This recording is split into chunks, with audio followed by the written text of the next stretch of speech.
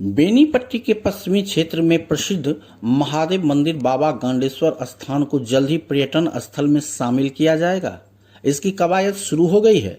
जिलाधिकारी के आदेश पर शुक्रवार को अंचल अमीन और राजस्व विभाग से जुड़े कर्मियों ने गांडेश्वर स्थान पहुंचकर मंदिर की वर्तमान जमीन की मापी की है।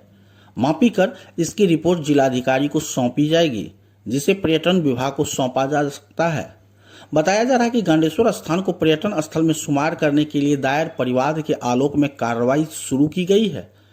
प्रशासनिक सूत्रों की माने तो शिवनगर के इस महादेव मंदिर के पास फिलहाल 1 बीघा 4 कट्ठा 10 धूर जमीन है, जिसकी मापी की गई है।